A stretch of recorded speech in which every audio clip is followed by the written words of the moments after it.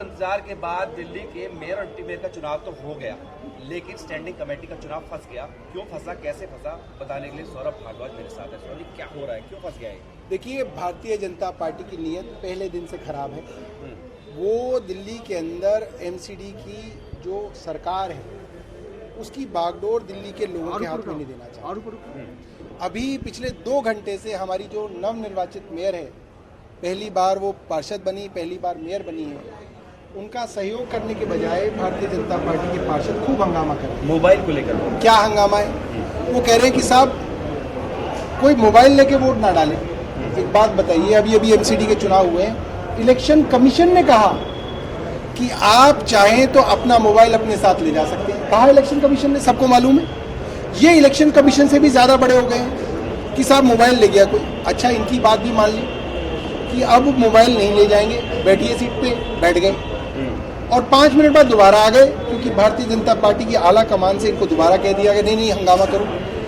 अब जब इनकी बात मान ली, आप ही कह रहे प्लान वे में हो रहा है, पूरा प्लान है, पूरी की स्क्रिप्ट जो है वो यहीं पे जो है भारतीय जनता पार्टी के मुख्यालय पे लिखी गई है। अब इनकी बात मानने के बावजूद ये कह रहे हैं अब चुनाव नहीं होने देंगे। क्यों नहीं होने देंगे भाई? कह रहे हैं जो अब जो 45 वोट डल गए उनको वोट जो है उनको 2 वोट दोबारा डलवाओ। ये कैसे संभव है? आपके पास लिमिटेड बैलेट है, ये बात सेक्रेटरी एमसीडी बता चुके हैं। आज चुनाव कराने हैं, ये बात सुप्रीम कोर्ट बता चुका है।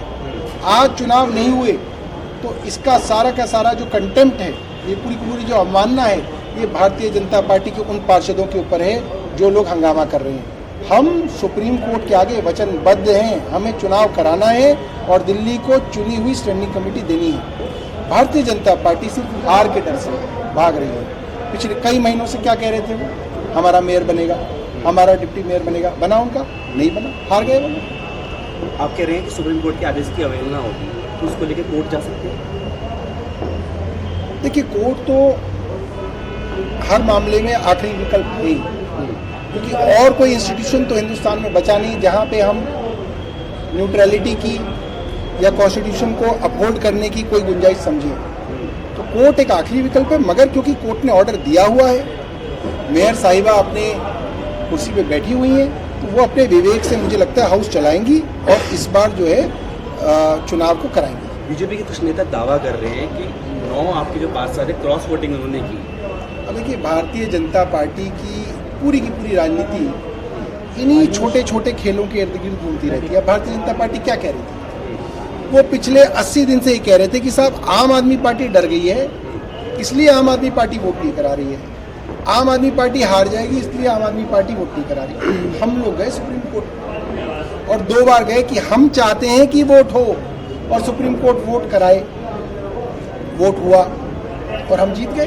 कहाँ गए भारतीय जनता पार्टी के वो दावे कि मेयर उनका बनेगा, डिप्टी मेयर उनका बनेगा? वो तो पूरी तरह हार गए।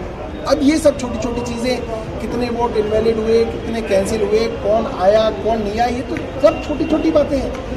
इनका सर्टिफिकेट अगर भारतीय जनता पार्टी चाहती है तो लटका ले अपने मुख्यालय में।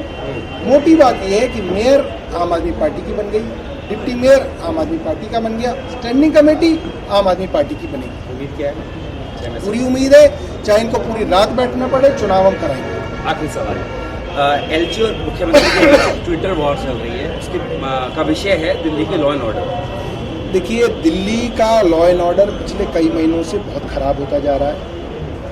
हमने कई बार एलजी साहब से कहा कि साहब आप कभी किसी वन में चले जाते हैं, कभी आप किसी नाले पे चले जाते हैं, कभी आप किसी नदी में चले जाते हैं। ये काम तो वैसे ही दिल्ली सरकार कर रही है। आप वो काम करिए ना जो आपको करने हैं, यानी डीडीए के काम और दिल्ली पुलिस के काम। अब एलजी साहब ने आज पहली बार अपने इतने महीनों के करियर में मैंने देखा, उनकी खबर छपी है कि उन्होंने दिल्ली पुलिस के आला अफसरों के साथ मीटिंग करी और उसमें उन्होंने कहा कि दिल्ली पुलिस बहुत भ्रष्टाचारी है। तो ये तो कोई नई बात नहीं है। 9 महीने से एलजी साहब यहाँ पे हैं, उन्हें नहीं पता कि दिल्ली पुलिस में कितना भ्रष्टाचार है।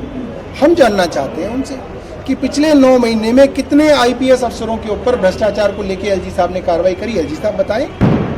दिल्ली के अंदर अगर वो ये कह रहे हैं कि मैं हर हफ्ते पुलिस के अधिकारियों से मीटिंग करता हूँ, बड़ी अच्छी बात है, तो जब कंझावला में हमारी बहन को 20 किलोमीटर निर्वस्त्र न्यू ईयर ईव पे घसीटा गया, एजी साहब कहाँ थे?